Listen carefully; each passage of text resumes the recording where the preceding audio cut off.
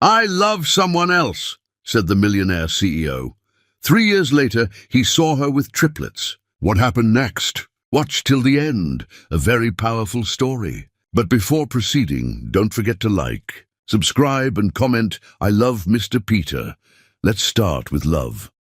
Some moments divide your life into before and after, and Hayley Matthews was living in the last seconds of her before without knowing it.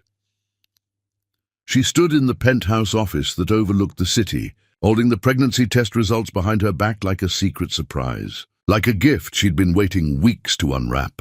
The paper felt smooth against her trembling fingers, and she'd read the words so many times they were burned into her memory. 3 heartbeats, 3 babies growing inside her, 3 tiny miracles that would change everything. The doctor had shown her the ultrasound screen, 3 flickering lights in the darkness, and Hayley had cried right there in the examination room, overwhelmed by joy so pure it hurt. The afternoon sun poured through the windows, catching the simple gold wedding band on her finger, the one she'd chosen because she never needed diamonds to prove his love. Their wedding day had been small and perfect, just the 2 of them and a handful of friends, because Hayley believed marriage was about partnership, not performance. Josh had promised her the world that day, and she'd promised him only her heart, thinking that would be enough. She'd been his wife for 4 years, and they'd been good years despite the struggles. When Josh's company nearly collapsed in that first year, when investors walked away and creditors came calling, Hayley had been the one who stayed up with him through endless nights, reviewing numbers she barely understood, making coffee at 3 in the morning, telling him he could rebuild because she believed in him when he'd stopped believing in himself. She'd watched him claw his way back from nothing, celebrated every small victory, held him through every setback. The blue dress she wore was his favorite. The one, he always said, made her eyes sparkle like midnight, had been crushed into diamonds. She'd made his favorite dinner, set candles on the table, practiced the words she'd say. "We're having a baby." Felt too small for 3 babies. So she'd settled on, "Our family is growing in ways we never imagined," which felt more adequate for the magnitude of the news. The office door opened, and Josh walked in. Hayley's prepared speech died in her throat. His face was stone, carved from something cold and unfamiliar. His eyes, which used to light up when he saw her, slid past her like she was furniture. He walked to the bar, poured himself whiskey even though it was barely afternoon, and drank it in one swallow. "Josh?" Her voice came out smaller than she intended. "Is everything all right?" He poured another drink, set the glass down, turned to face her, and there was nothing in his expression that looked like the man she'd married. "I love someone else, Hayley." 5 words. That's all it took to detonate a life. The pregnancy results slipped from her numb fingers, falling to the floor between them. But Josh didn't notice. He was already talking, his voice steady and clinical, like he was presenting information at a board meeting rather than destroying a marriage. "Her name is Veronica Ashford. I met her at the charity gala 6 months ago. She understands my world in ways you never could, Hayley. She comes from old money, real money, the kind of connections that can take me places I need to go. Her family controls real estate empires across 3 states. Her uncle sits on the board of directors for 5 Fortune 500 companies. Her connections could transform everything I've built into something that actually matters in the circles that count. This isn't about love anymore. It's about strategic positioning for the future I deserve." Hayley stood frozen, trying to process words that reduced their entire marriage to a business calculation. "Strategic positioning? That's what I am to you? What our marriage is?" "And you was," Josh corrected with brutal precision, and the past tense hit harder than anything else. "What our marriage was? You're a good person, Hayley, but good isn't enough in the world I'm entering. I need someone who already belongs there, who can open doors without having to learn the rules first. Veronica's father alone is worth more than my entire company. Her family name carries weight that money can't buy. This isn't personal. It's practical survival at the highest levels. I've already spoken to lawyers. We can do this cleanly. You'll be taken care of financially, obviously. I'm not a monster. Haley looked at this man, this stranger wearing her husband's face, and something inside her went quiet and cold. She thought about telling him. The words were right there, burning on her tongue. I'm pregnant. We're having triplets. You're throwing away 3 children you don't even know exist. Your legacy isn't going to be built through Veronica's connections, but through the children growing inside me right now. But looking at his face, at the cold calculation in his eyes, at the way he'd already decided she wasn't worth enough for his ambitions, she realized with devastating clarity the worst possible thing she could do was trap him with obligation. This man who measured everything by strategic value would see these babies as anchors dragging him down, complications interfering with his carefully calculated ascent. He would resent her for using pregnancy as leverage. He would resent the children for existing at the wrong time in his master plan. This man didn't love her. Maybe he never had. Maybe she'd been a temporary placeholder until someone more suitable came along. And she wouldn't use innocent babies to force him to stay. Wouldn't watch him grow to hate both her and them for disrupting his strategic marriage. Wouldn't raise children in a home where their mother's worth was constantly questioned and their existence was treated as an inconvenience to be managed. Better they never know him at all than know a father who wished they didn't exist. When? She asked quietly. Josh looked confused. When what? When do you want me gone? Something flickered in his expression. Surprise, maybe, or relief that she wasn't going to make this difficult. There's no rush. Take your time packing, find a place. We'll work out the details. I don't need time. Haley walked past him, each step feeling distant and dreamlike. I don't need your money either. I don't need anything from you. Haley, be reasonable. You can't what? She turned in the doorway, and her voice was steady in a way that surprised her. Can't leave quietly? Can't make this easy for you? You're right, Josh. This isn't personal. So there's nothing personal to discuss. She walked to their bedroom, the one they'd shared for 4 years, where he'd held her through nightmares and made love to her on lazy Sunday mornings and promised her forever. She pulled out a single suitcase and packed methodically. Clothes, toiletries, the photograph of her grandmother, the one person who'd loved her unconditionally, the leather journal her mother had given her before she died. Nothing expensive, nothing that belonged to Josh's world. She could hear him on the phone in the other room, his voice drifting through the walls. Yes, she's taking it well. Better than expected, honestly. No, there won't be any drama. She's always been reasonable. Reasonable. Is that what she'd been? Reasonable when she gave up her own dreams to support his? Reasonable when she made herself smaller so he could feel bigger? Reasonable when she loved him with everything she had while he calculated her worth and found her lacking? Haley closed the suitcase and walked out of the bedroom.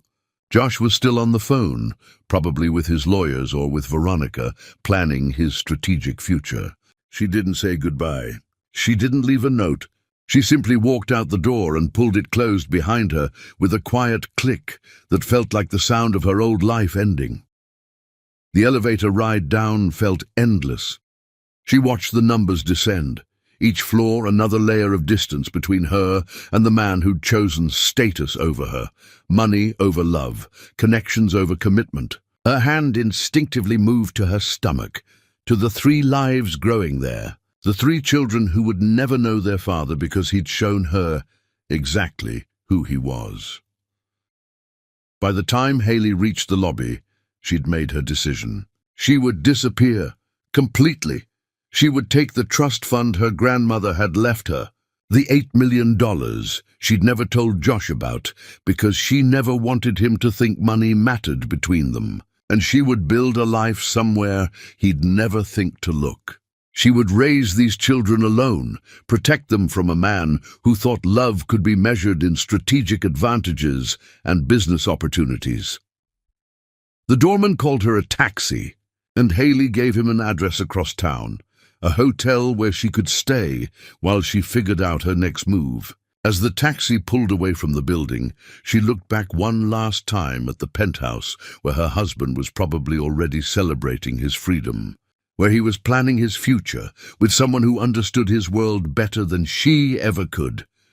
What Josh didn't know, what he would never know, was that Hayley Matthews understood more than he thought. She understood that some prices are too high to pay, that some compromises cost you your soul, that being chosen second is worse than not being chosen at all. She understood that her children deserved better than a father who would calculate their worth, better than a man who thought people were assets to be leveraged. The taxi merged into traffic, carrying Hayley toward an uncertain future, and she placed both hands over her stomach, over the 3 heartbeats that were hers alone now. "We'll be okay," she whispered to them, to herself, to the ghost of the woman she'd been an hour ago. "We don't need him.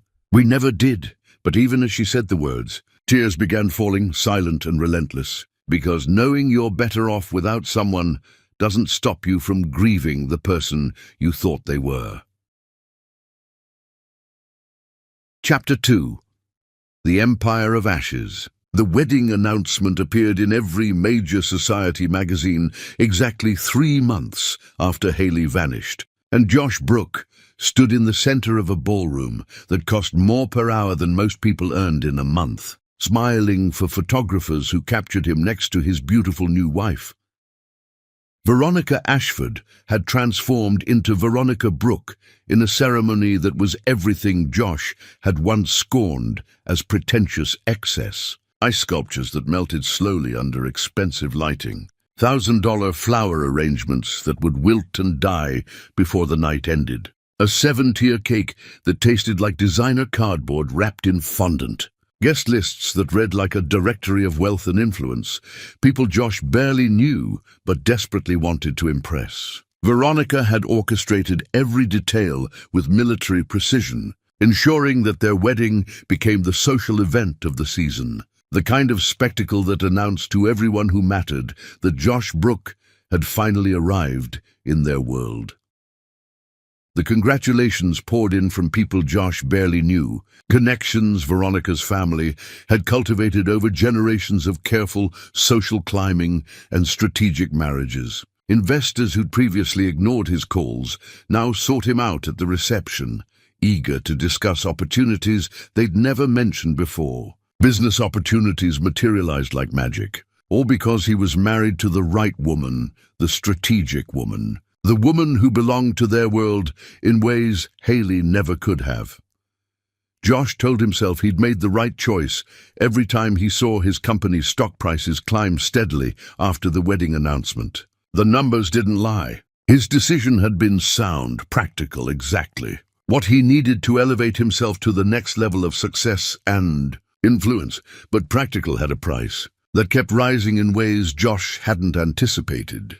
Veronica moved into the penthouse the week after their honeymoon in the Maldives, and the first thing she did was hire an expensive team of interior decorators. Josh came home one evening to find furniture being carried out by efficient movers, pieces Hayley had chosen carefully over years, things that had made the space feel like a home rather than a showroom. The decorators replaced everything with cold designer pieces that looked expensive but felt like living in a museum, all sharp edges and uncomfortable beauty that was meant to be admired rather than lived with. The old furniture was so pedestrian, Veronica explained, running her perfectly manicured fingers along a glass table that cost more than a decent car. "We need to project success, darling. People judge you by your surroundings, and we can't have them thinking you can't afford the best."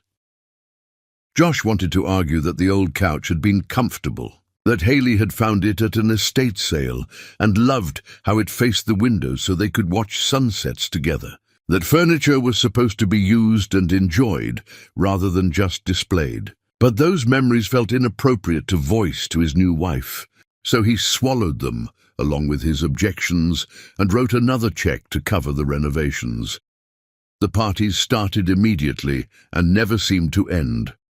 Veronica needed to establish herself as a hostess, she explained repeatedly, needed to create the right social environment for networking and making the connections that would benefit Josh's company. Every weekend, the penthouse filled with strangers drinking Josh's expensive champagne, eating elaborately prepared food from caterers who charged more per plate than some people spent on groceries for a week. Laughing too loudly at jokes that weren't particularly funny, Veronica moved through these gatherings like a queen holding court, introducing Josh to people whose names he immediately forgot, people who smiled at him warmly while their eyes calculated his net worth and potential usefulness. "This is what success looks like," Veronica would whisper to him between greeting guests, her perfectly lipstick smile never wavering. "This is what we need to do to maintain the image and keep building the right relationships." Josh started noticing the bills piling up on his desk with increasing frequency. Veronica's shopping was constant and excessive, a never-ending stream of packages arriving daily, new designer wardrobe for every season and social event, different luxury cars for different occasions and moods, jewelry that sparkled beautifully at parties and cost obscenely. When Josh gently suggested she might want to moderate the spending just slightly, Veronica's smile turned sharp and dangerous. "I thought you wanted someone who understood your world, Josh. Someone who belonged to the circles you're trying to break into. This is what that world costs. My friends would notice immediately if I wore the same dress twice to events. They'd talk. They'd wonder, is that what you want? For people to think you can't afford to keep your wife happy and well-dressed?" So Josh worked longer hours than ever before, took on projects he would have declined in the past, pushed his employees harder to meet increasingly tight deadlines that would generate the revenue needed to fund Veronica's lifestyle. The penthouse that used to be a refuge, a place where he could relax and be himself, became a place he dreaded returning to, always wondering what new expense would be waiting, what new demand Veronica would present as absolute necessity.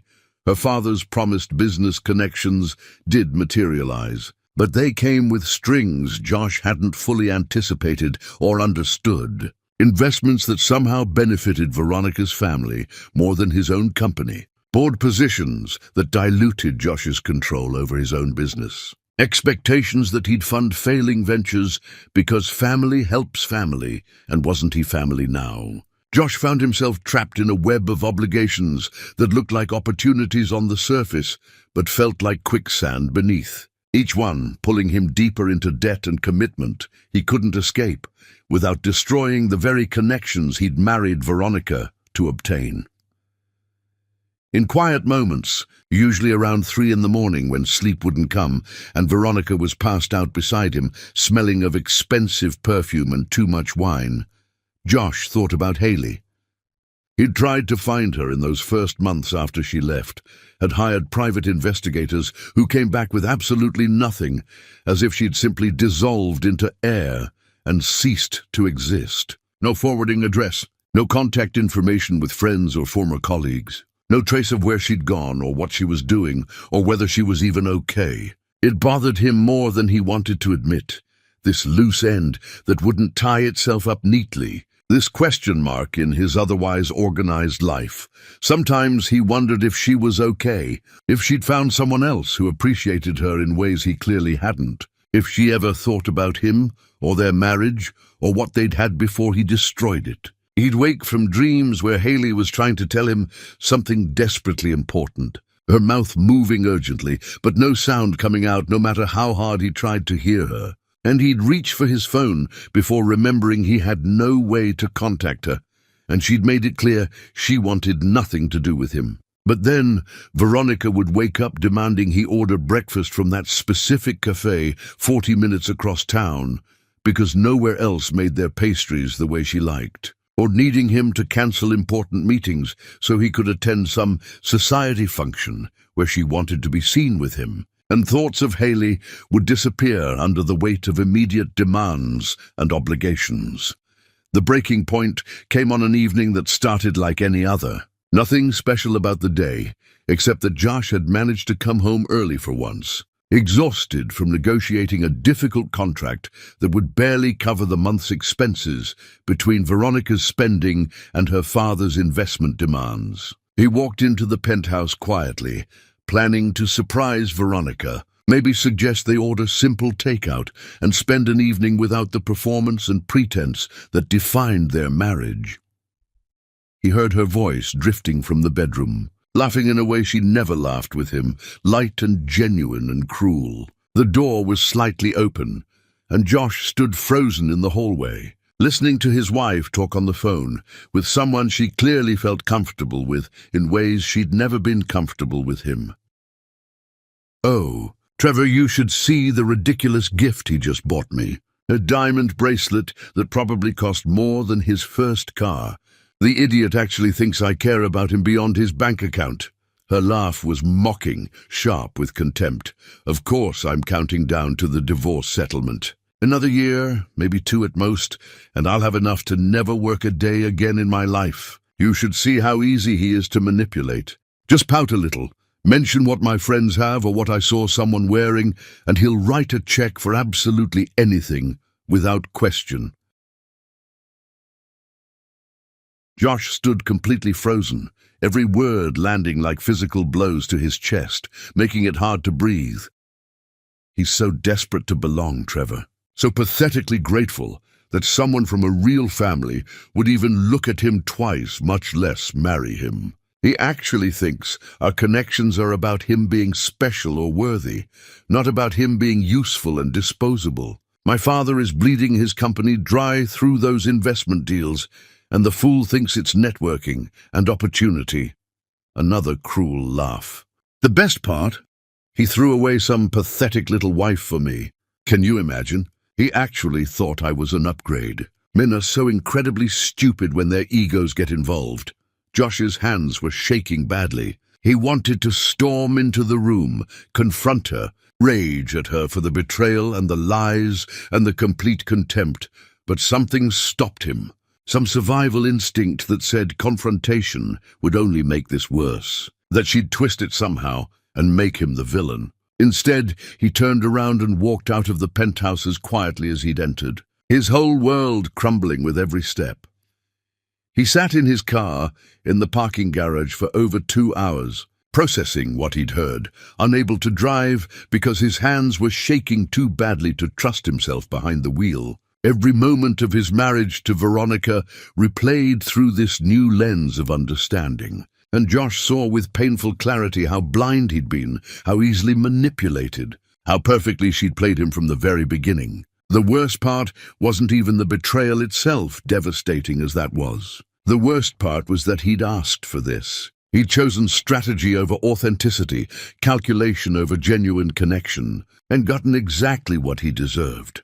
When Josh finally pulled himself together enough to function, he did what he should have done months earlier.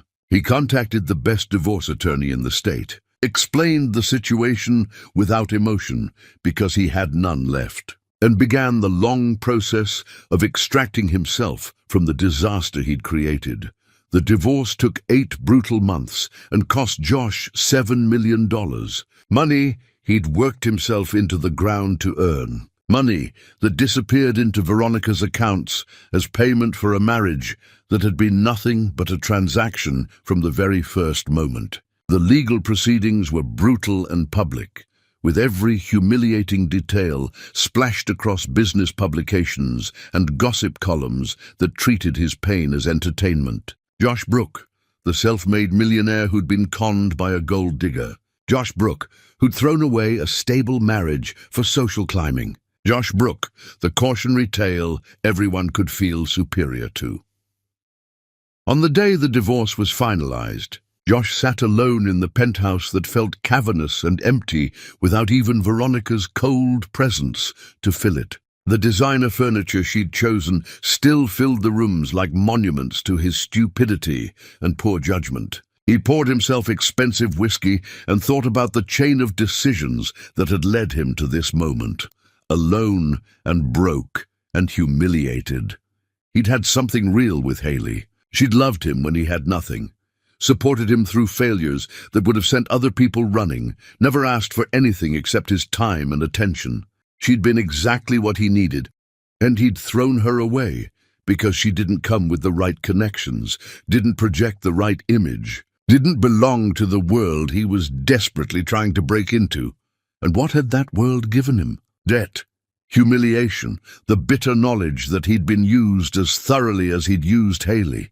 Late at night, Josh would lie awake and wonder if Haley was happy wherever she was. He hoped she'd found someone who saw her value immediately, who didn't need to lose everything to understand what mattered. The ghost of Haley's face haunted every empty room. Chapter 3. The Architect of Herself. The cottage appeared through morning fog, like something from a dream. Weathered shingles and a garden gone wild, sitting on a cliff that overlooked the endless ocean. Haley stood on the porch with her suitcase at her feet, and her hand resting protectively on her swollen belly. 7 months pregnant with 3 lives she would protect with everything she had left in her.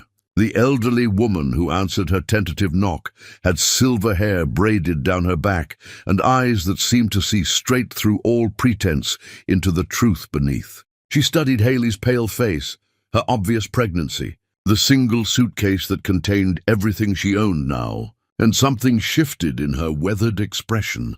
"You're here about the rental," she said, and it wasn't a question. Haley nodded because words felt too difficult, emotions too complicated to express coherently. The woman studied her for another long moment. "I'm Rosalind. The cottage is yours for half what I'm asking other people. First month completely free. No questions about what brought you here or who you might be running from." Haley's throat tightened painfully around words she couldn't quite form. "I can pay full price. I have money. I'm sure you do, child. But you don't need to prove anything to me right now. You need a safe place to heal whatever broke you badly enough to bring you here alone and pregnant. The cottage provides that, or it provides nothing worth having." So Haley moved into the cottage that smelled like salt air and old wood and decades of other people's stories, into rooms that felt like embrace rather than judgment. She spent those last 2 months of pregnancy walking the beach every day, feeling 3 lives kick and roll inside her with increasing vigor, talking to them about the world they'd soon enter and the mother she was determined to become, despite having no real model for how to do this completely alone. The local doctor, a practical woman named Eleanor, who delivered half the town's babies over her 4 decades of dedicated practice, examined Haley with gentle efficiency and raised both eyebrows significantly at the ultrasound screen showing 3 distinct heartbeats. Triplets. "Well now, you're certainly going to have your hands quite full there, Mama. You got family coming to help you through this challenging time." "No family," Haley said quietly, her hands protectively cradling her belly. "Just us 4 now." The doctor nodded like she'd heard various iterations of this particular story many times before in her long career. Wrote down her personal cell phone number at the bottom of the appointment card without Haley having to ask. "You call me absolutely any time, day or night, doesn't matter what hour. Nobody brings 3 babies into this world truly alone, if I have anything whatsoever to say about it, which I do." But alone was exactly what Haley was, in every way that truly mattered, and she learned slowly and sometimes painfully to find unexpected strength in that enforced solitude rather than just drowning in fear of it. Labor started on a Tuesday morning when the sky couldn't quite decide between threatening storm and offering sunshine, the clouds heavy and uncertain. Rosalind drove her to the small regional hospital with steady, confident hands and calm, reassuring words that helped more than Haley could express. Stayed through 18 brutal hours of bringing 3 separate humans into existence, while their biological father was 3,000 miles away planning his strategic future with someone deemed more suitable. The first baby emerged screaming absolute defiance at the world. A tiny daughter with dark eyes, identical to Josh's, that made Haley's heart stop for several seconds. The exhausted nurse placed her carefully on Haley's chest, and something fundamental shifted in her understanding of what love actually meant. This minuscule human existed because Haley had survived Josh's betrayal, had chosen life over despair, had refused to let his abandonment destroy her. 2 more babies followed over the next hour, another daughter and 1 son, each absolutely perfect and utterly terrifying in their complete dependence on her. She named them with tremendous care. Aurelia for the first daughter, meaning golden, because she came into the world fierce and determined. Dashiell for the son, meaning page boy, because he was gentle from his very first breath. Isolde for the second daughter, meaning ice battle, because her eyes seemed to examine the world with ancient wisdom. She kept Josh's surname deliberately and defiantly. They were Aurelia Brooke, Dashiell Brooke, and Isolde Brooke, because whatever Josh had done to Hayley, these children deserved to know their origins without shame. The first year was nothing but survival. Hayley existed in perpetual exhausted fog, nursing and changing and soothing 3 babies whose sleep schedules seemed designed by forces of chaos to prevent her from ever resting. Rosalind appeared at the cottage daily with prepared food and helping hands, never prying, never demanding explanations, but somewhere in that exhausted haze, Hayley discovered something unexpected about herself. She was genuinely brilliant at building things from nothing. The abandoned bookstore on Main Street had sat closed for 2 years after the elderly owner passed away. Hayley bought it with cash, shocked the realtor, and spent 6 months transforming dusty emptiness into something magical.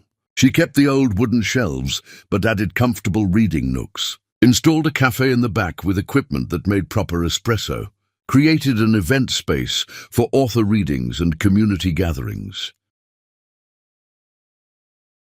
The bookstore opened when the triplets were 18 months old and became the town's heart within weeks. Hayley hired local teenagers, paid them well, taught them about creating spaces where people felt valued. The money from the bookstore was modest, but Hayley wasn't finished. She noticed beachfront properties sitting vacant, bought 3 with her grandmother's trust fund, renovated them into retreats rather than tourist traps. She started a small publishing company when a local writer asked for help. By the time the triplets turned 3, Hayley had transformed 8 million into 15 million through smart decisions and clarity that came from having nothing to lose.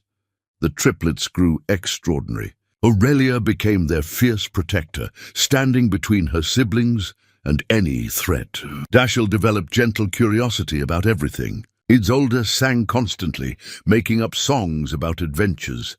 Hayley built traditions. Beach birthday parties with treasure hunts. Sunday pancakes, where each child requested their own shape. Bedtime stories about brave queens who didn't need rescuing. She dated occasionally. Good men who respected that 3 children would always be her priority. Hayley was happy in ways she'd never been in Josh's world. She loved her cottage with creaky floors and ocean views. She loved knowing every customer by name. She loved watching her children grow without their father's ambitions crushing their spirits. Sometimes late at night, she thought about Josh, wondered if his strategic marriage brought success. She'd forgiven him in the way that comes from understanding his betrayal had set her free. But forgiveness didn't mean she wanted him back or trusted him near the children they'd created. Josh had made his choice, and Hayley had built a life around the consequences. She never imagined he'd find her. The world felt big enough that 2 people could stay lost forever. But the universe was preparing something catastrophic. And fate was about to walk Josh Brooke into the cafe where Hayley sat every Saturday morning with 3 children who had his eyes. Chapter 4. The Shattering. Saturday morning started as perfectly ordinary as any other, which should have been Hayley's first warning that the universe was preparing to shatter everything she'd built. The bookstore cafe hummed with comfortable weekend energy. The familiar soundtrack of espresso machines hissing, conversations flowing, pages turning. Hayley sat by the large window overlooking Main Street, morning sunlight warming her face, watching her 3 children debate dragon ice cream preferences with the intense seriousness that only 6-year-olds could achieve. Dragons would obviously prefer chocolate, Dashiell insisted with scientific certainty, his small face completely earnest. Because chocolate is dark like their caves and rich like treasure hoards they guard. Dragons are lactose intolerant. Aurelia countered with the absolute certainty of someone who had decided something was irrefutable fact. They're reptiles. Reptiles can't process dairy products. It's basic biology. You completely made that up just now, Dashiell protested. Did not. I read it in a book about dragons and science. Which specific book exactly? A book about dragon biology and digestive systems. You wouldn't understand it anyway because it's advanced, Isolde, completely unconcerned with the scientific accuracy of dragon dietary restrictions, was drawing an elaborate picture of a dragon eating an enormous ice cream sundae, complete with rainbow sprinkles, chocolate sauce drizzled artistically, and a bright red cherry perched on top.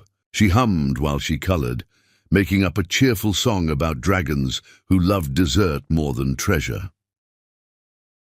Haley sipped her coffee slowly, her heart absolutely full of this perfect, ordinary moment. The cafe buzzed pleasantly around them with weekend regulars, tourists browsing the carefully curated shelves, the comforting rhythm of a life she'd built from nothing. She felt safe here, settled, like she'd finally found the place where she belonged after years of searching. She didn't see him enter, didn't feel the precise moment when everything changed forever. Josh Brooke walked through the door, carrying the crushing weight of 3 years of mistakes and a lifetime of regrets. And his eyes found her immediately like a magnet finding true north. Like fate had guided him directly to this moment, Haley felt his intense gaze before she actually saw him. That strange, primitive instinct that screams danger when predators are near. She looked up from her coffee, and time stopped completely. The world narrowing to just this moment, this impossible collision of past and present. He looked dramatically different from the man she'd left. Thinner, almost gaunt, tired in ways that went deeper than simple exhaustion. The expensive power suits replaced with ordinary jeans and a plain button-down shirt that didn't scream wealth or status. But his eyes were exactly the same. Those distinctive dark eyes her children had inherited. And they were staring at her like she was a ghost he'd given up believing in years ago. Then his eyes moved deliberately to the children sitting around her, and Haley watched understanding detonate across his face like a bomb. Aurelia, with her fierce, protective expression and her dark eyes that mirrored his own. Dashiell, with his gentle curiosity, and the way he tilted his head exactly like Josh did when thinking deeply. Isolde, with her artistic concentration and those unmistakable features. 3 children who looked exactly like a perfect combination of their parents, undeniable in their parentage. Impossible to mistake for anyone else's offspring. The coffee cup slipped from Josh's suddenly nerveless hand. Ceramics shattered loudly on the tile floor like a gunshot echoing through the space. And in the sudden, shocked silence that followed, every single head in the busy cafe turned toward the sound, conversations stopping mid-sentence. Haley's body moved before her conscious mind fully caught up with the dangerous situation unfolding. She stood abruptly, her chair scraping loudly, placing herself physically between Josh and her children with the pure protective instinct of a mother defending her vulnerable young from threat. Her heart hammered violently against her ribs, adrenaline flooding through every nerve ending, making her hands shake slightly. The children noticed immediately that something was very wrong. Aurelia's hand shot out lightning fast to grab her siblings, pulling them close with protective fierceness that made Haley's heart break and swell with pride simultaneously. Dashiell's eyes went wide with confusion and concern. Isolde stopped humming mid-note, her crayon freezing in mid-stroke, her small face troubled. "Mommy!" Aurelia's voice was small, but remarkably steady, despite the tension she could clearly sense. "Who is that man? Why is he staring at us like that?" Haley couldn't speak, couldn't breathe properly, couldn't process that Josh was actually here, physically present in her bookstore, in her carefully constructed safe town, in the life she'd built so carefully without him over 3 difficult years. Josh's face had gone paper white, all color draining as if someone had pulled a plug. He stared at the children with the expression of someone watching their past and present collide catastrophically into something completely incomprehensible. Haley could see calculations happening frantically behind his eyes. Mathematical gymnastics, counting back years, adding up the timeline with growing horror, understanding exactly when she must have gotten pregnant based on how old these children appeared to be. Haley. Her name came out broken and desperate, barely more than a whisper. Are they? We're leaving. Haley's voice cut through his question like a sharp blade, cold and absolute. She turned to her children, forcing her face into something that wouldn't terrify them completely. Aurelia, Dashiell, Isolde, pack up your things right now. We're going home immediately. But, Mummy, I haven't finished my dragon drawing. Now, baby. Right this second. No arguments. The urgency and fear in Haley's normally calm voice made the children move without further protest or questions. Aurelia gathered crayons with quick military efficiency. Dashiell carefully folded his sister's unfinished drawing with gentle hands. Isolde clutched her stuffed rabbit like it was a security blanket that could protect her from whatever was making her mother so scared. Josh found his voice somehow, took a stumbling step forward with his hand outstretched. Wait, please wait. I need to understand. Stay away from us. The words came out cold and absolutely final, leaving no room for negotiation. Don't come near us. Don't talk to us. Don't even look at us. Stay back. She shepherded the children quickly toward the back door, the staff entrance that led to the alley where her car was safely parked away from public view. Aurelia looked back over her shoulder at Josh with suspicious, protective eyes, her small face fierce with determination to guard her family. Dashiell pressed close to Haley's leg, seeking comfort and safety. Isolde started crying quietly, picking up on her mother's fear and confusion. Josh stood frozen in the center of the cafe like a statue, broken cups scattered at his feet, staring at the space where his children had just disappeared. His children. 3 of them. Triplets he never knew existed because their mother had chosen to hide them from him completely. The cafe had gone absolutely silent, everyone watching this dramatic scene unfold like they were witnessing something momentous. Rosalind appeared with a broom and dustpan, her weathered face showing no sympathy whatsoever as she surveyed the broken man standing amid broken ceramic. She began sweeping up the shattered pieces with deliberate slowness. "You're Josh Brooke," she said quietly, and it wasn't a question. "The man who broke that woman badly enough that she ran 3,000 miles while pregnant with those babies." Josh couldn't deny it, couldn't defend himself, couldn't find any words that would make this better. He just stood there drowning in the crushing weight of realization. "Those children are 3 years old," Rosalind continued in that same quiet, devastating tone. "Which means Haley was 7 months pregnant when you told her you loved someone else. She walked out of your life carrying 3 babies, and you never once wondered why she left so suddenly and completely, without explanation."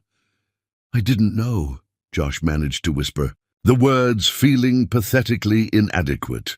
"No, you didn't know. Because you didn't ask, didn't notice, didn't care enough to wonder if there might be a very good reason your wife disappeared without a single trace." Rosalind's expression hardened into something like contempt. "How do you know about all this?" "Haley never told me your name specifically, never said a single bad word about you to anyone in this entire town.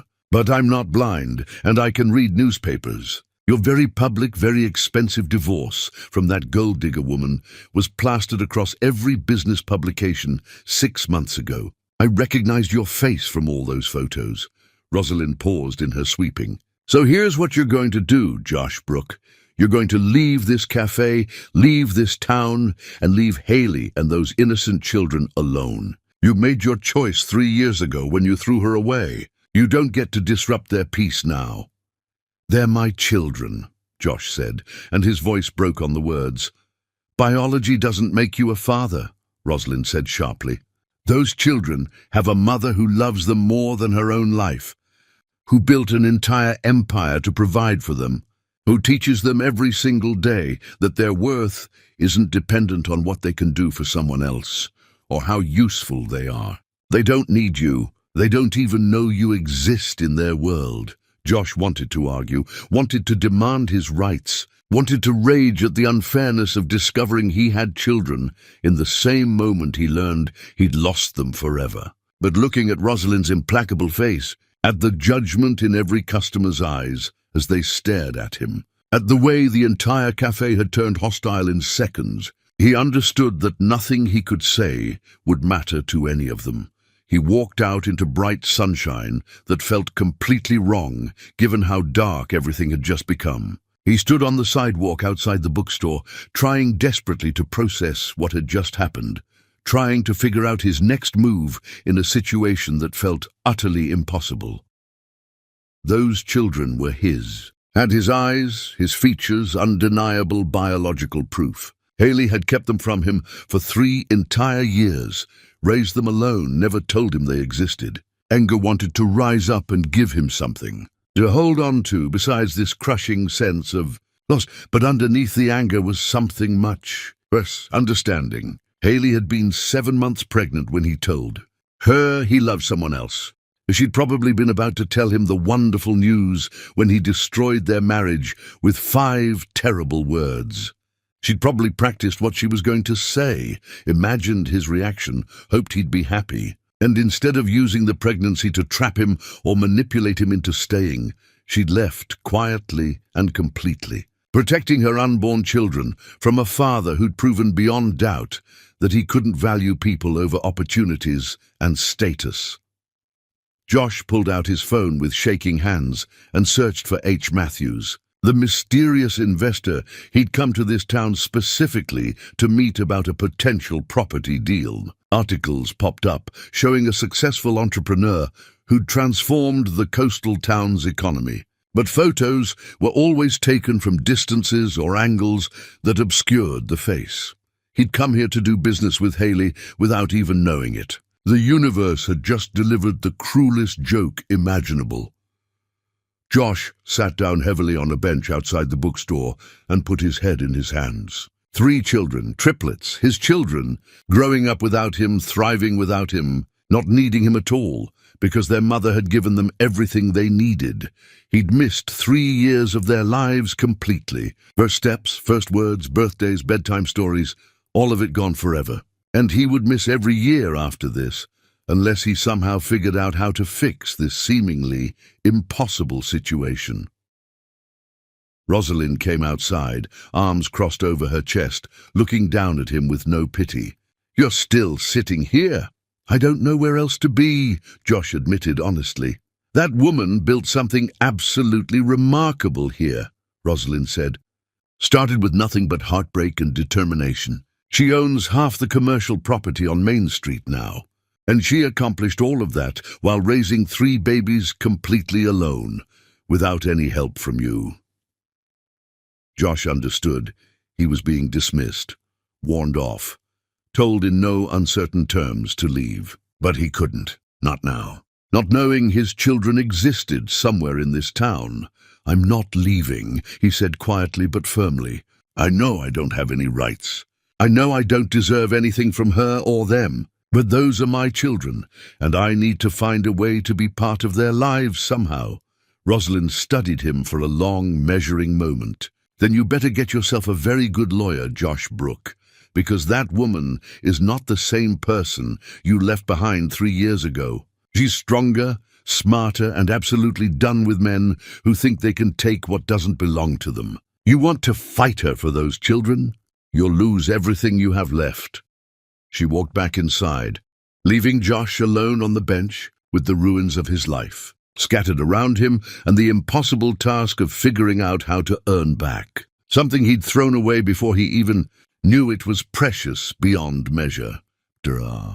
5. The War Declaration. The email arrived at dawn with the force and fury of a declaration of war, and Haley read it exactly 3 times with increasing disbelief before her hands started shaking so badly she had to set down her coffee cup to avoid spilling it everywhere.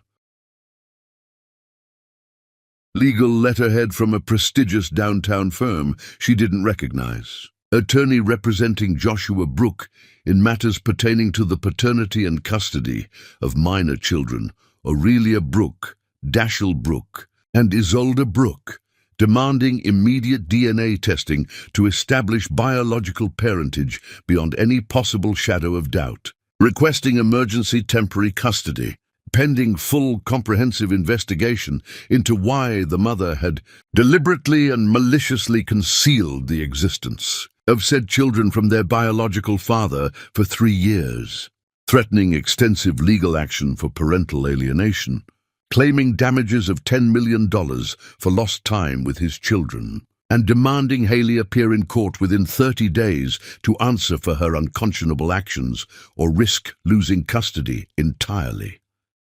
The words blurred as Haley read them again.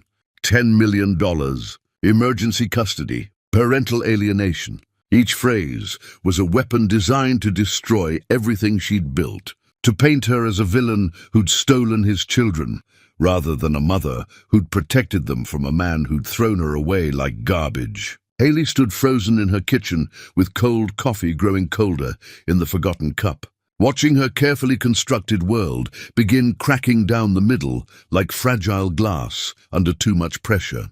She'd known this was coming from the precise moment Josh saw the children yesterday in the cafe, had spent an entirely sleepless night preparing herself mentally for the battle ahead. But preparation didn't make the brutal reality any less devastating or terrifying. The children were still asleep upstairs, blissfully unaware that their entire stable lives were about to be turned into a vicious battlefield where adults fought over them like territory to be conquered. Haley had spent countless hours last night sitting beside their beds, watching them sleep peacefully, memorizing their peaceful, innocent faces, trying desperately to figure out how to protect them from the storm that was coming like a freight train. She called her regular attorney at 7 in the morning, knowing she was waking him early but not caring. He read the threatening email with growing concern, made genuinely sympathetic noises about the difficult situation, then delivered the brutal truth she already knew deep in her gut. You're going to need someone who specializes specifically in family law and custody battles, Haley. This really isn't my area of expertise at all. I'm truly sorry, but you need a specialist for something this serious. By noon, Haley had frantically contacted 5 different highly recommended family law attorneys and been professionally rejected by 4 of them. They saw Josh Brooke's name at the top of the legal documents, recognized the wealthy millionaire businessman with significant resources, understood the extensive resources he could bring to bear in a prolonged legal fight that could easily cost hundreds of thousands of dollars, calculated their chances of winning against someone with unlimited money for endless appeals, and politely declined to take on a case they couldn't guarantee winning convincingly. The 5th attorney was different in every way. Patricia Nguyen had a formidable reputation for being absolutely ruthless in custody disputes, for defending mothers against fathers who suddenly discovered convenient paternal instinct after years of calculated absence. Her office was sharp and expensive-looking. Her handshake was firm and confident. Her assessing eyes studied Haley with the cool, professional efficiency of someone who'd seen every possible variation of this tragic story. "Tell me absolutely everything," Patricia said without preamble, pulling out a legal pad. "Don't leave out any details, even ones that seem embarrassing or unflattering. I need complete honesty to build the strongest possible defense. And understand this will be expensive. We're looking at a minimum of $200,000 to fight this properly, possibly more if it goes to trial. Can you afford that?" Haley thought of her $15 million empire, built from nothing but determination, and her grandmother's trust fund. "Yes, I can afford whatever it takes to protect my children." "Good, because Josh Brooke can afford more. This is going to be a war of attrition, and he'll try to bleed you dry financially and emotionally." And Haley did. She told Patricia everything about loving Josh completely and unconditionally, about supporting him financially and emotionally through devastating business failures, about standing loyally beside him when other investors and friends walked away and abandoned him.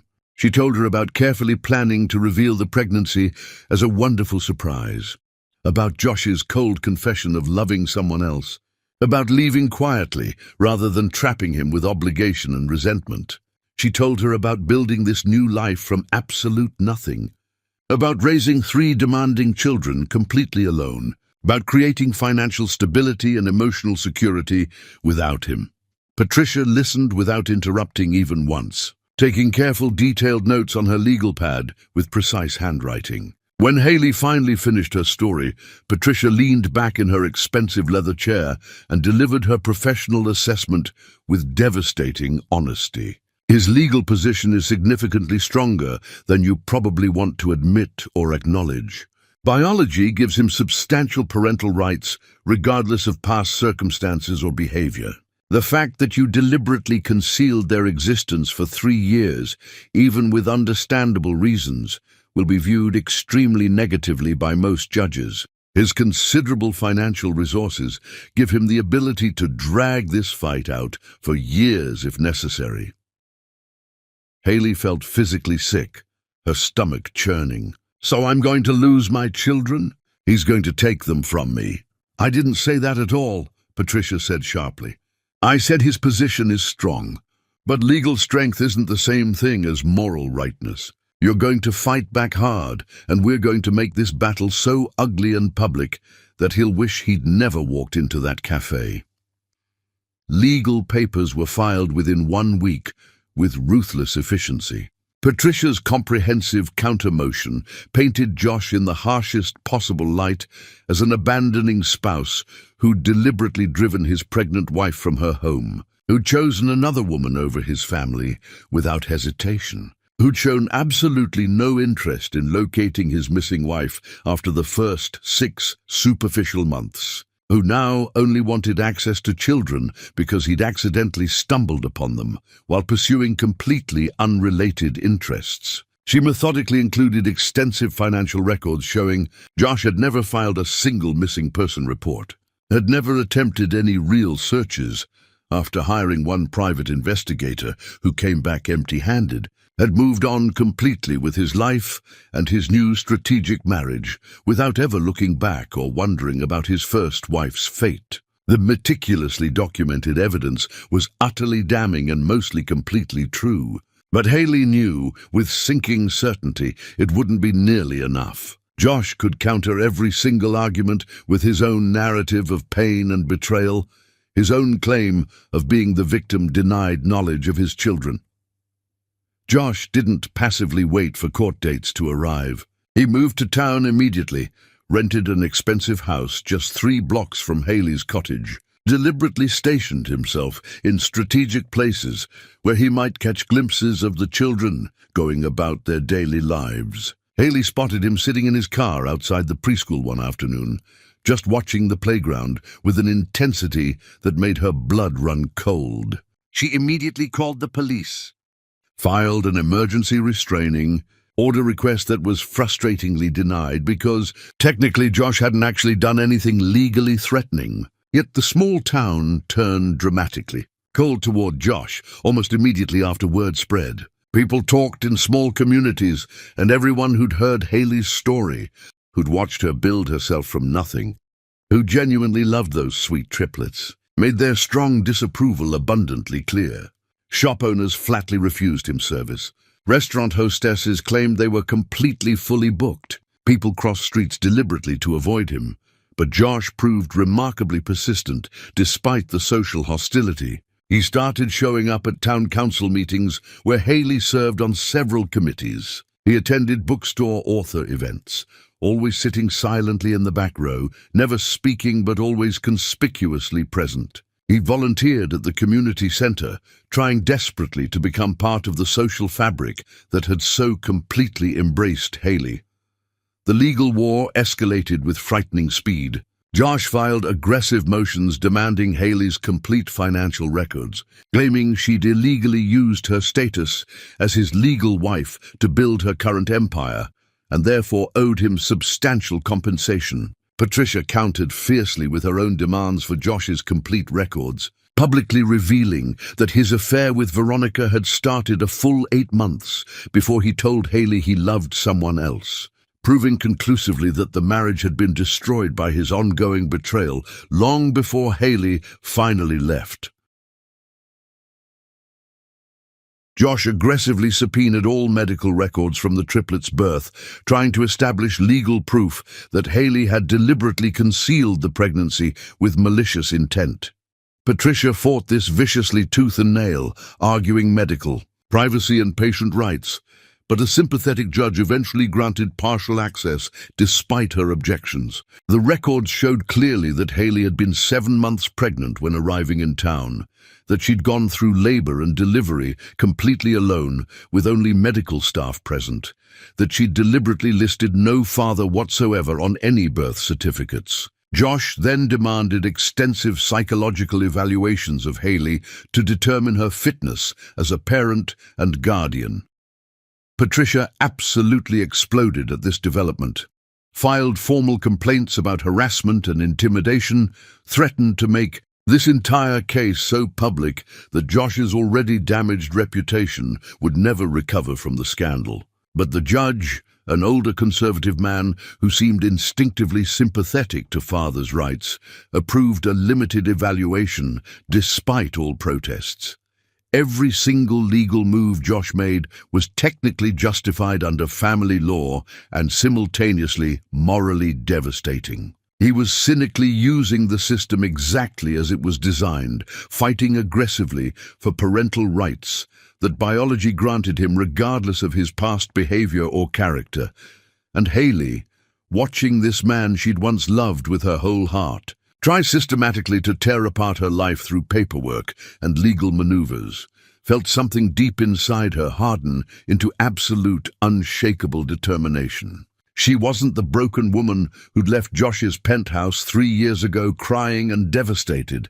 She was someone who'd built an empire from grief and determination, who'd raised 3 remarkable children to be kind and strong and confident. And she would burn her entire world to the ground before she'd let Josh Brooke hurt them the way he'd hurt her. Patricia worked brutal 18-hour days building Haley's comprehensive defense. She personally interviewed everyone who'd known Haley during the pregnancy and after the difficult birth. She compiled extensive evidence of Haley's exceptional character, her unwavering dedication to the children, the stable, loving home environment she'd created from nothing. She tracked down and deposed former employees of Josh's company who testified about his obsessive focus on status and image over human relationships.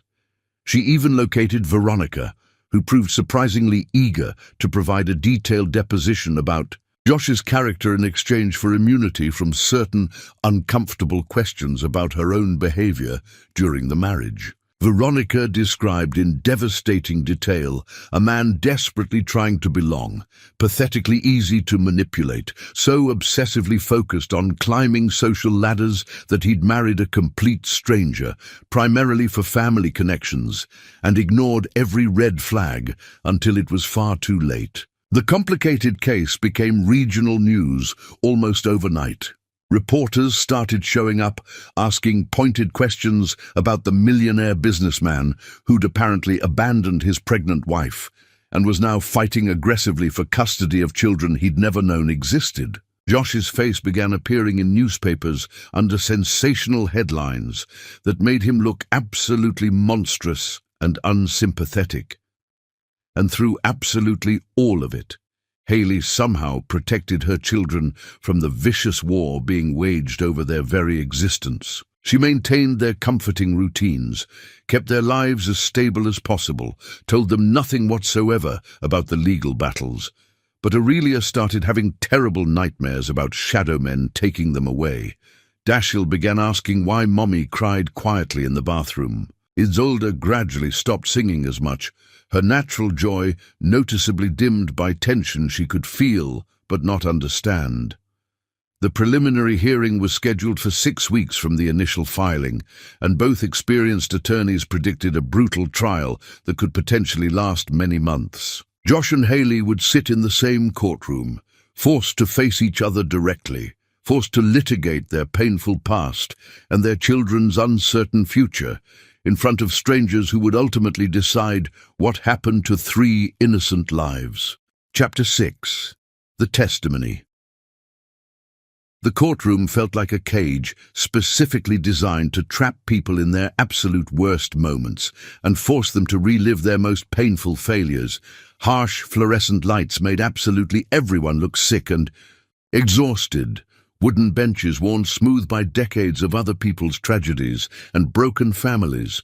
Walls painted that soul-crushing institutional beige that seemed deliberately designed to drain all hope from everyone present. Haley sat rigidly beside Patricia at the defendant's table, with her back held straight through sheer force of will, hands folded tightly together to keep them from shaking, face carefully maintained as neutral as possible despite the terror coursing through her entire body. Across the wide aisle, Josh sat with his expensive attorney Richard, and Haley could feel his intense eyes constantly on her, though she absolutely refused to look in his direction or acknowledge his presence in any way. Judge Sarah Rodriguez entered with commanding presence, a woman in her early 60s with steel-grey hair pulled back severely from her face and an expression suggesting she'd heard every possible lie and excuse humans could devise over her long distinguished career. She took her elevated seat with practiced efficiency, arranged paperwork with precise, deliberate movements, and surveyed both parties with penetrating eyes that seemed to miss absolutely nothing.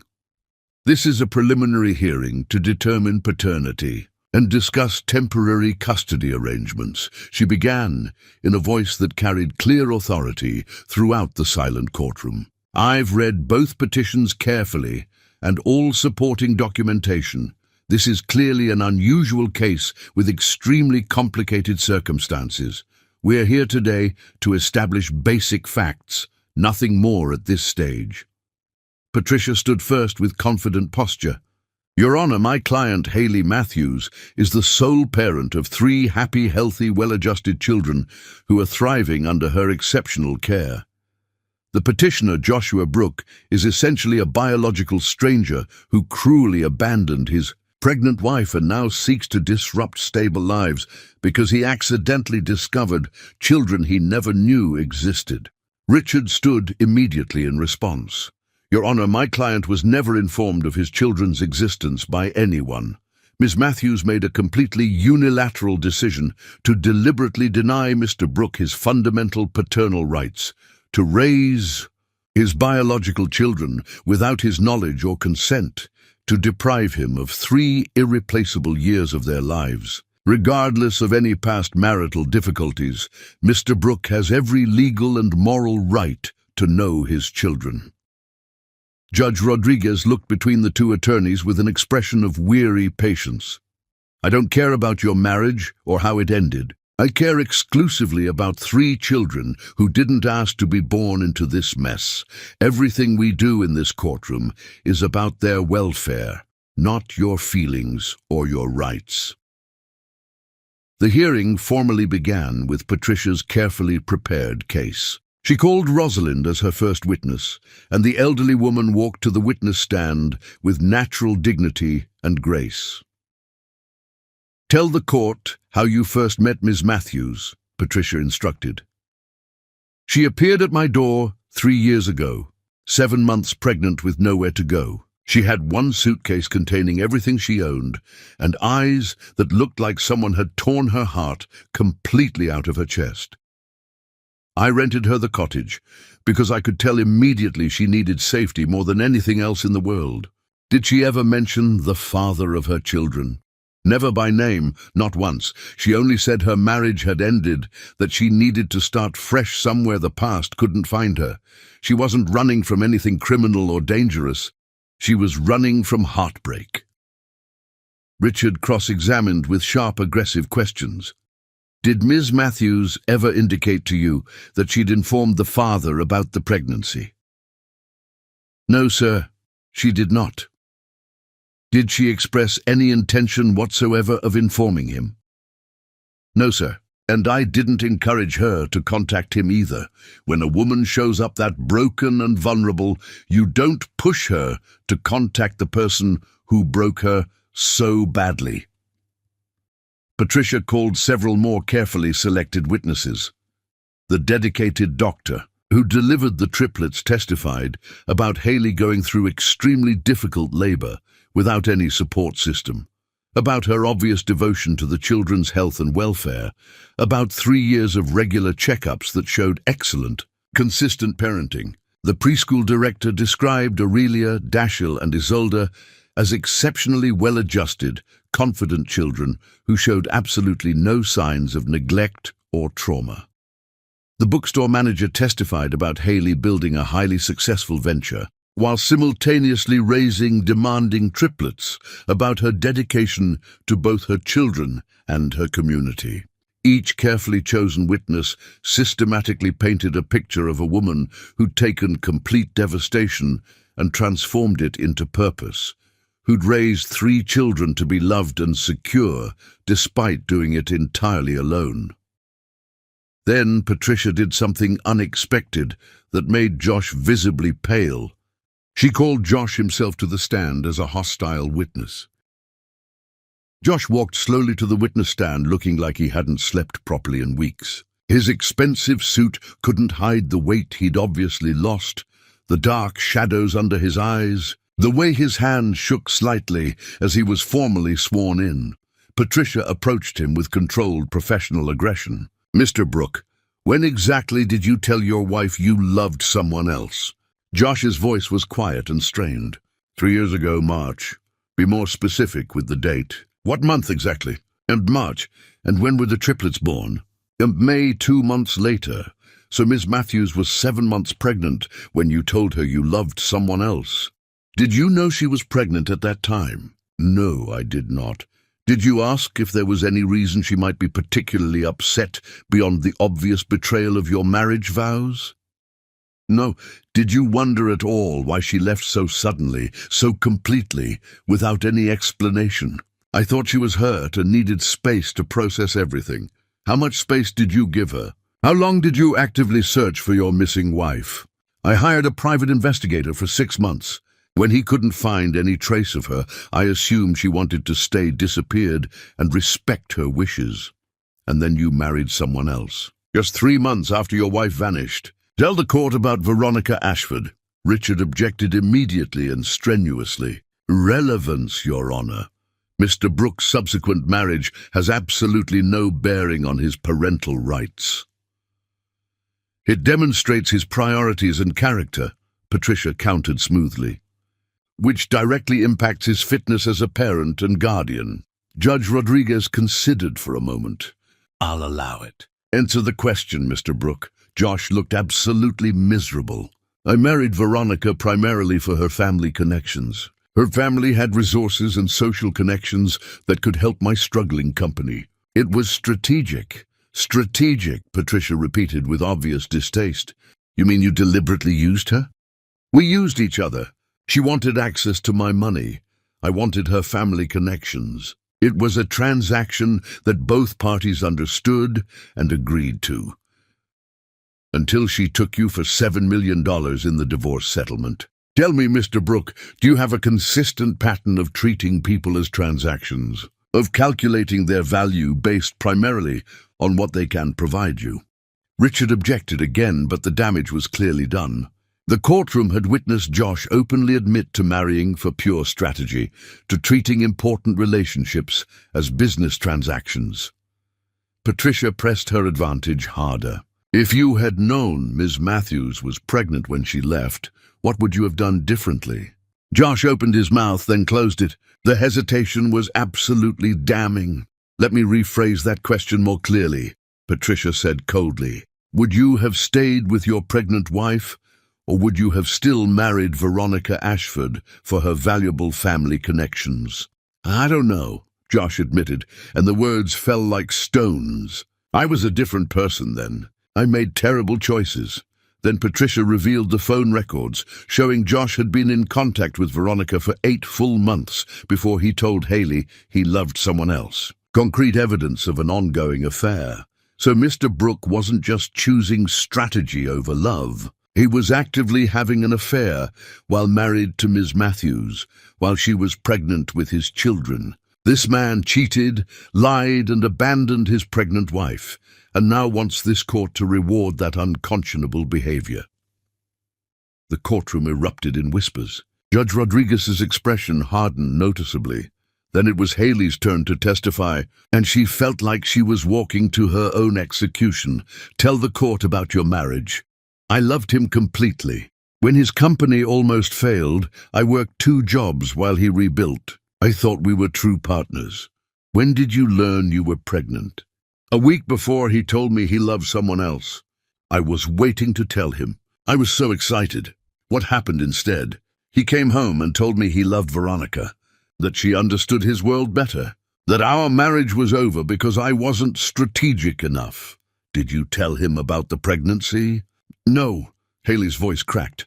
I realized that if I told him, he might stay out of obligation. I didn't want to be an obligation.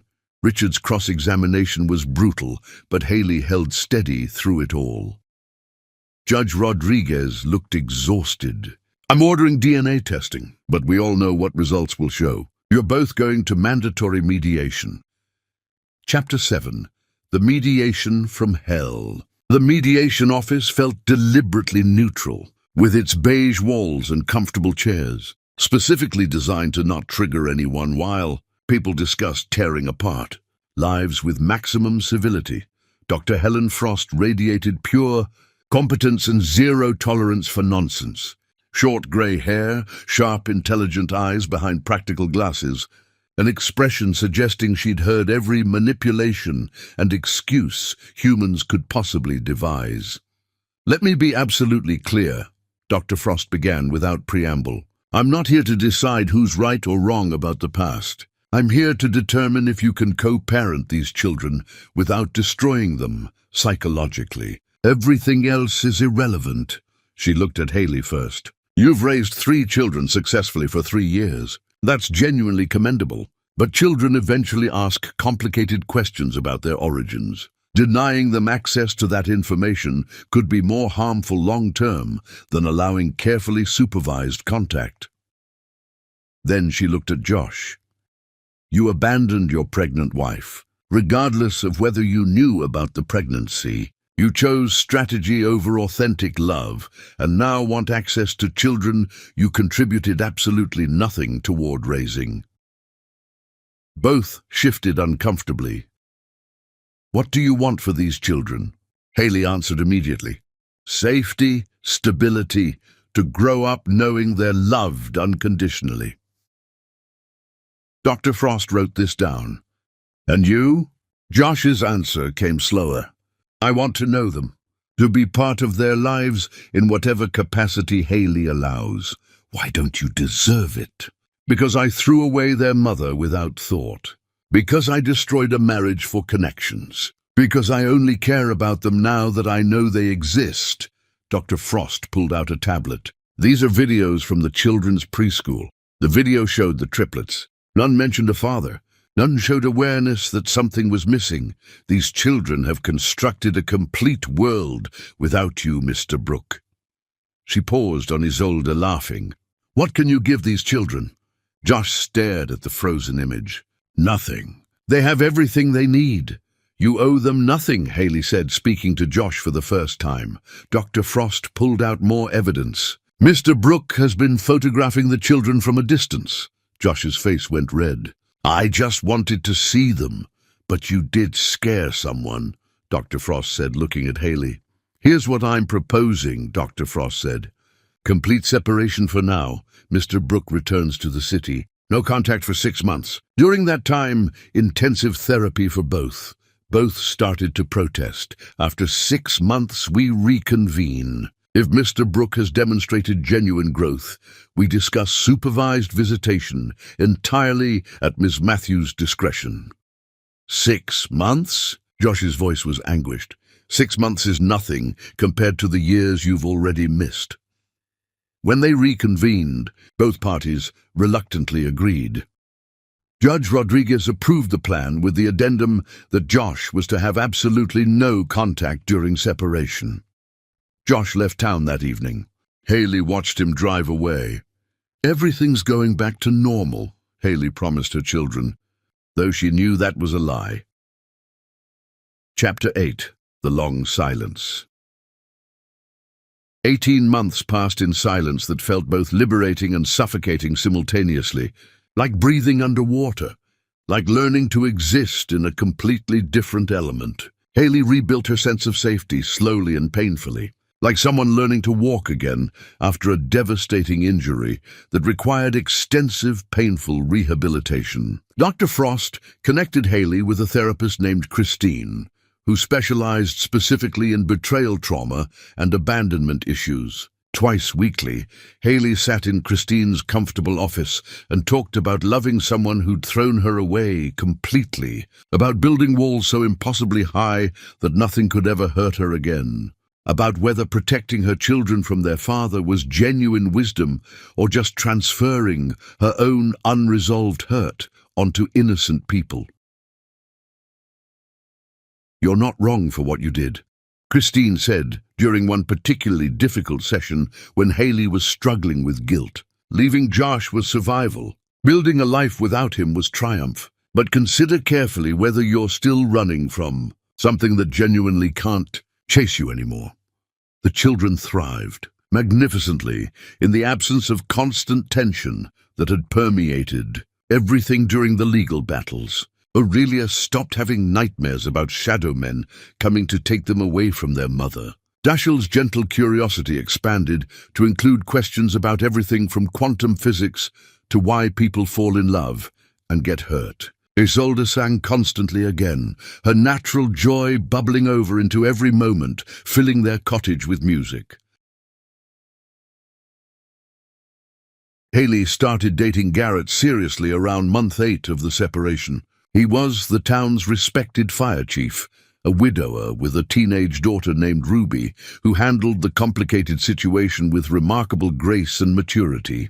Garrett was everything Josh hadn't been: steady, present, secure in himself without needing external validation or status symbols. He loved Haley not for what she could provide or how she made him look, but simply for who she was as a complete person. The first time Garrett stayed overnight at the cottage, Haley felt overwhelming guilt that surprised her with its intensity. Not because she still loved Josh in any romantic way, but because moving forward with her life felt like closing a door that should maybe stay open for the children's sake. Like she was making decisions that would affect them without their input. "You're allowed to be happy," Garrett said gently when she confessed this complicated fear late at night. "Josh Brooke threw away his chance at this life 3 years ago. That doesn't mean you have to remain alone forever as some kind of penance for his mistakes and your survival choices."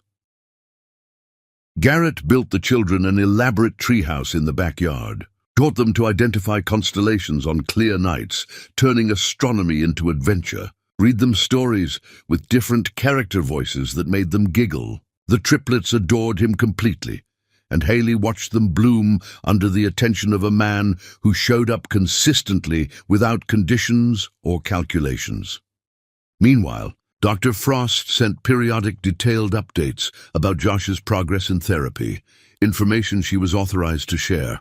He'd relocated to a smaller town, 2 hours from the city, started working intensively with a therapist who specialized in narcissistic behavior patterns and emotional development, attended group sessions for divorced fathers trying desperately to rebuild relationships with children they'd lost. The professional reports suggested genuine, sustained work rather than performative compliance. But Haley remained deeply skeptical about whether people could truly change their fundamental nature.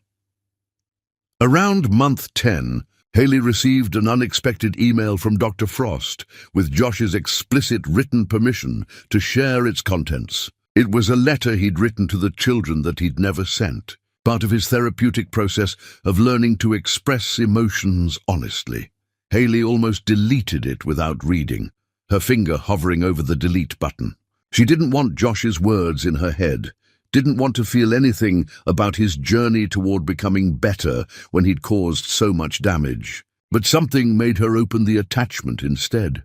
The letter didn't apologize for not being in their lives or make elaborate excuses for his absence. Instead, Josh wrote about learning what it genuinely means to be a good person, about understanding that being a father is a privilege earned through character and consistency, rather than claimed through biology and legal rights, about hoping desperately that someday he might become someone they could be proud to know rather than ashamed to acknowledge. He wrote about their mother with genuine reverence that Haley had never heard from him, describing her strength and grace and capacity for forgiveness in ways that were accurate rather than conveniently flattering. The letter was humble, self-aware, and completely devoid of any demands or expectations. Haley cried reading it, not because she wanted Josh back in any capacity, but because the transformation suggested something she hadn't seriously considered. That people could actually change fundamentally if they were willing to completely burn down who they were and rebuild from brutal honesty rather than comfortable delusion. She responded through Dr. Frost with carefully chosen words. Tell Josh I read the letter. Tell him I'm glad he's working on himself. Tell him the children are thriving and don't need disruption right now. Tell him maybe in a few years, when they're older and can understand complexity, we can revisit this conversation. And tell him I'm seeing someone good, someone who treats me well, and he needs to understand that chapter of our lives is permanently closed. Dr. Frost passed the message faithfully. Josh responded simply that he understood completely, that he'd continue his personal work without expectation of reward or reconciliation, that Haley's happiness mattered more than his redemption. The silence resumed between them, but it felt different now, less like fortress walls and more like healthy space, allowing everyone to heal properly. Then Garrett proposed on Christmas Eve in a moment that felt perfect. The children were decorating sugar cookies with elaborate frosting designs when he got down on one knee with a ring that sparkled under the kitchen lights. Ruby stood beside him grinning, clearly complicit in the romantic plan. I love your mother, Garrett said to the children first, not to Haley, respecting that they needed to be part of this decision. And I love you 3 more than I knew it was possible to love someone else's children. I want us to be a real family officially, if that's something you'd want too. Aurelia, always their fierce spokesperson, asked the most important question with typical directness. Would you be our dad? Like really our dad? Garrett's eyes got wet with emotion. I'd be honored to be your dad. You'd have to share me with Ruby, but I promise there's enough of me to go around for everyone. The children conferred in whispered voices, their heads together conspiratorially, then nodded in unison. Aurelia delivered their official verdict with the gravity of a judge. We think you should definitely marry Mommy. She smiles way more when you're here. Only then did Garrett turn to Haley with the question, so what do you think? Haley said yes with tears streaming down her face, and the children cheered like they'd won something important. The ring slid onto her finger, and Haley looked at this man who'd loved her without needing to destroy her first, who'd chosen her without calculations or strategic thinking, who made her believe in genuine partnership again. The wedding was planned for summer, 6 months away. A simple beach ceremony with their blended family, nothing elaborate or performative. 2 weeks before the wedding, Dashiell came home from school with a family tree project that required filling in relatives. He stared at the paper with visible confusion that broke Haley's heart.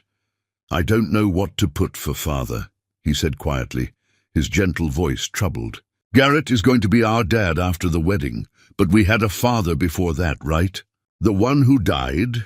Haley had told them their father was gone, letting them assume death because it was easier than explaining abandonment and betrayal to toddlers who wouldn't understand complexity. But 6-year-olds asked harder questions and deserved more honest answers.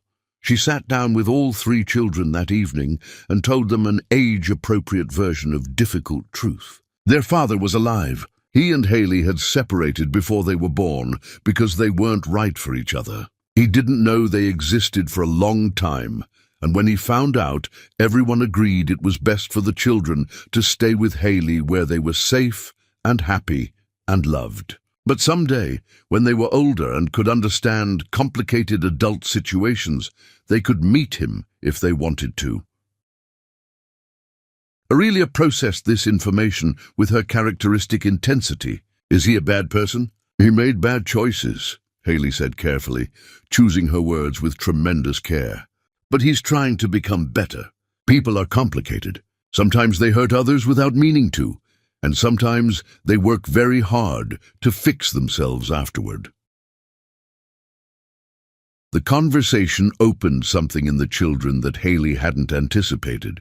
They started asking questions constantly, wanted to know what their father looked like, if they got their dark eyes from him, why he made bad choices, whether he ever thought about them. One evening after the children were finally asleep, Haley sat on the porch with Garrett and confessed her growing concern about the situation.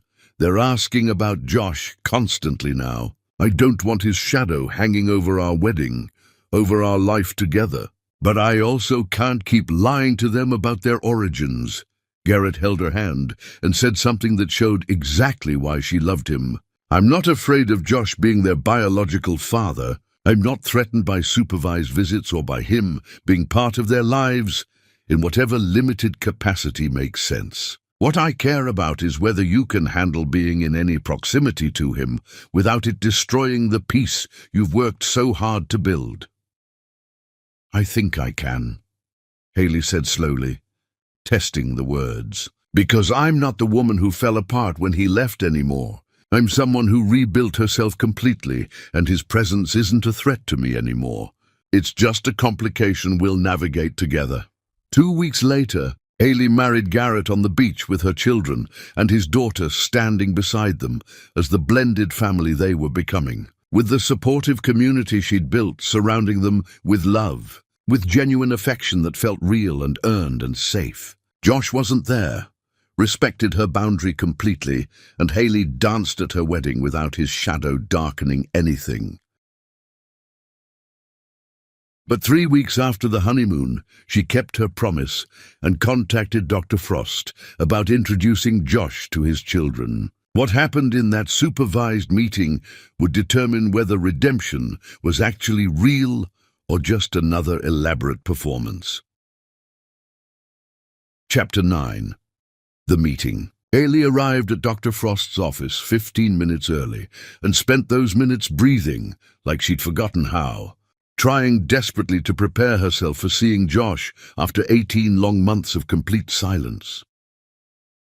When Josh walked through the door, Haley barely recognized the man standing before her. The expensive confidence that had defined him was completely gone, replaced with something quieter and more genuine that seemed to come from deep inside rather than external validation. He'd lost considerable weight, dressed simply in plain jeans and an ordinary button-down shirt that didn't scream wealth or status. But the biggest change was in his eyes. The constant calculation and ambition had been replaced with something that looked remarkably like hard-earned humility. They sat in chairs positioned at careful angles by Dr. Frost, close enough to have genuine conversation, but far enough to maintain safe, emotional distance. The silence stretched uncomfortably until Dr. Frost gestured for them to begin. Josh spoke first, his voice different from the man who told her he loved someone else. Thank you for agreeing to this meeting. I know you don't owe me anything. Haley's response was deliberately cool and distant. I'm not here for you. The children are asking difficult questions about their father, and I need to know if you're someone safe for them to eventually know. I understand completely. Josh's hands were clasped tightly. Dr. Frost told me you're getting married. Congratulations. I genuinely hope he's everything I wasn't. He is. Haley touched her engagement ring deliberately. Garrett loves me without needing to lose me first. He sees value in people immediately, not after destroying them, teaches him what he threw away. The words landed like intended blows, and Josh absorbed them without flinching or defending himself. "You deserve that. You always deserved that. I was just too broken to see it." "Broken doesn't excuse cruelty," Haley said sharply. "You told me you loved someone else while I was pregnant with your children. You married a gold digger for business connections. You launched a legal war against me when you accidentally discovered the children existed. That's not broken. That's calculated harm." "You're right," Josh said simply. "No defensiveness, no elaborate excuses. I was cruel, calculatingly cruel. I treated you like a transaction that stopped being profitable, and I treated our children like assets to claim once I knew they existed. Everything you're saying is completely accurate, and there's no apology big enough for that." Haley had prepared herself for defensiveness, for justifications, for the Josh who could never admit fault or take responsibility. This version, who agreed with her harshest assessment, was disarming in ways that made her furious. "So you did therapy and learned to agree with people. That doesn't prove you've changed. It just proves you've learned better manipulation strategies." "That's fair," Josh acknowledged. "You have absolutely no reason to believe anything I say." He looked directly at her for the first time. 18 months ago, I was a man who thought people were resources to be used, who calculated value based on utility, who destroyed the best thing in my life because she wasn't impressive enough for my ambitions. Dr. Frost helped me see that I was fundamentally broken in ways that made me dangerous to everyone around me. And now you're fixed. No, I'll never be fixed. But I'm better. I understand that being a good person is daily work, not a destination you reach. I understand that relationships are about showing up consistently, not performing when it benefits you. I understand that our children are extraordinary because of everything you did for them, not despite my absence." Haley wanted to hate him for saying all the right things. "The children think their father is dead. I let them believe that because it was easier than explaining why you didn't want them." Josh flinched visibly. "I did want them. I just didn't know they existed." "You didn't want them," Haley corrected coldly. "You wanted me gone because I wasn't strategic enough for your plans. If I'd told you about the pregnancy, what would you have done?" The question hung between them like a blade. Josh opened his mouth, closed it, and the hesitation was absolutely telling. "Exactly," Haley said. "You would have seen them as complications that interfered with your strategic marriage. So I protected them from a father who would have resented their existence." "You were right to protect them," Josh said quietly. "The man I was shouldn't have been anywhere near children.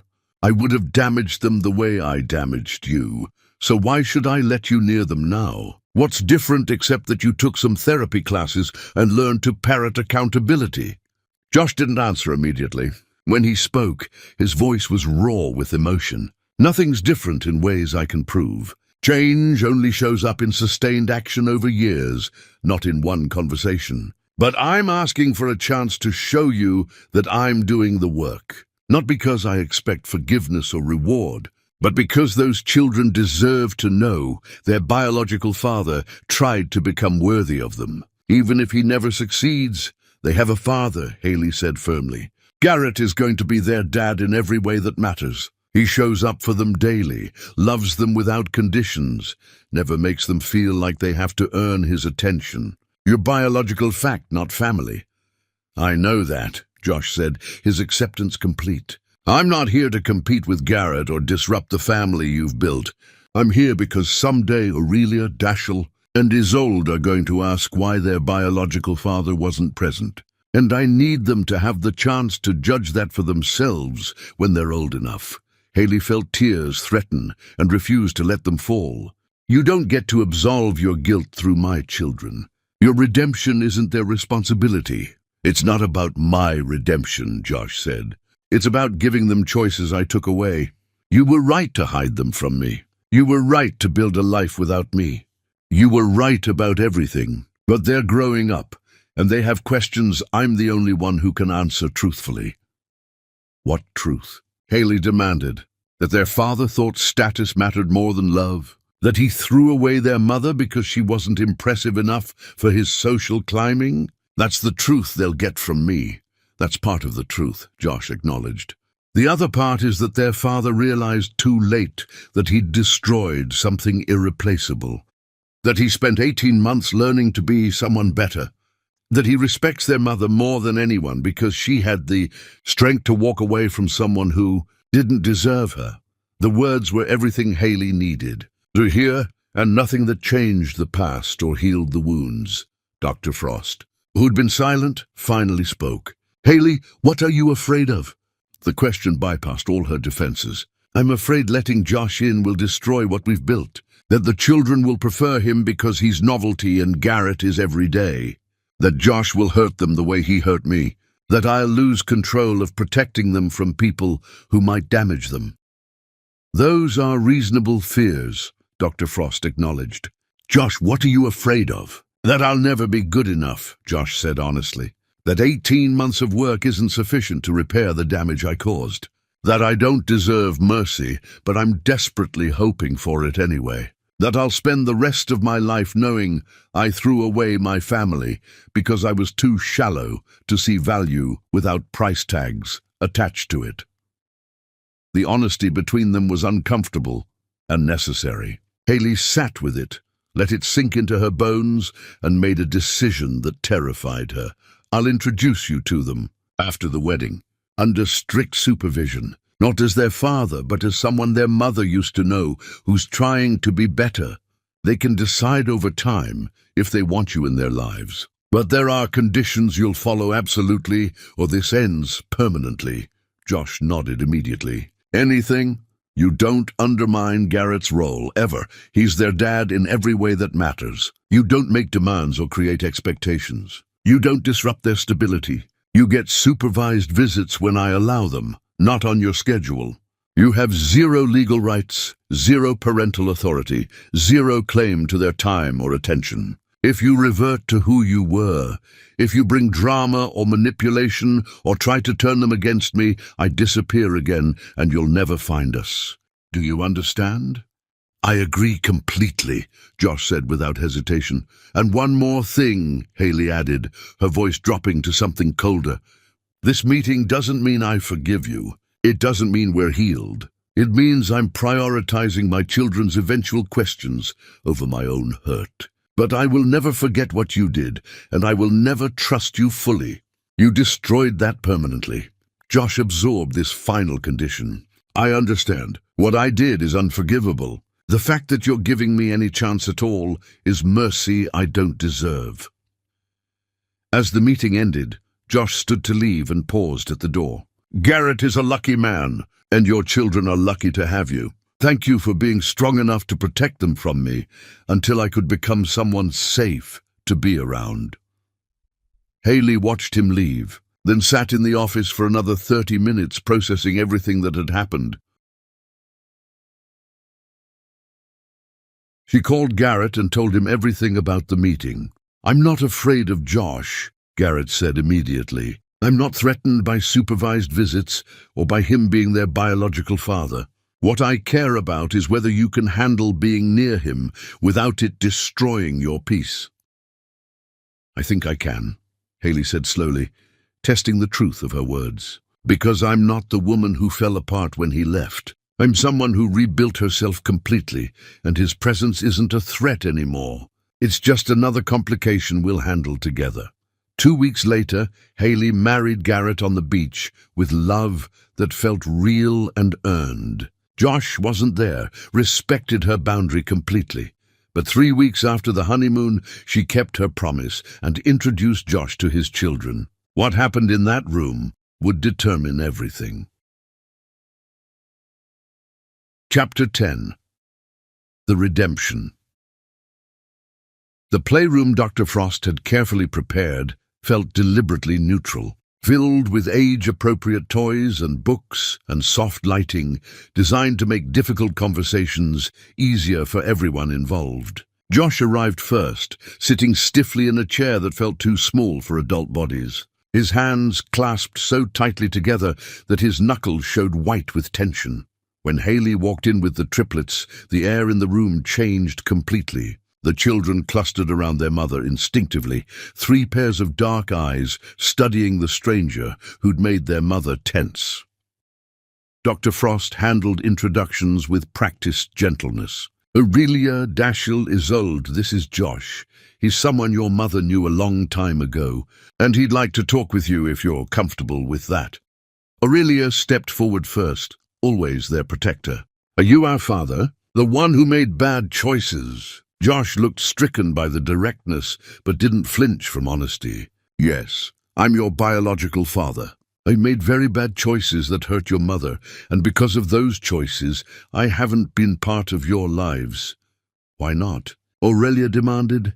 Because I didn't know you existed when you were born. Your mother left without telling me she was pregnant, and she was right to do that because I wasn't a good person then.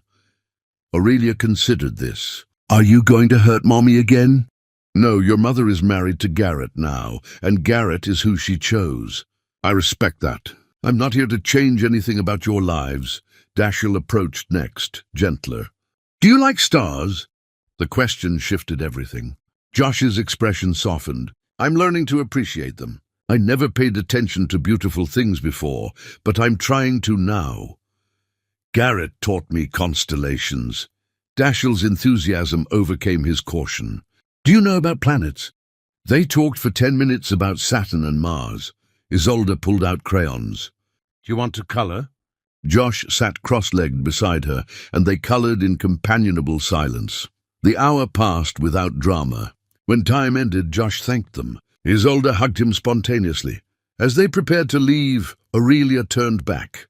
Garrett is our dad because he's here every day, but maybe you can be our friend who teaches us about mistakes and fixing them.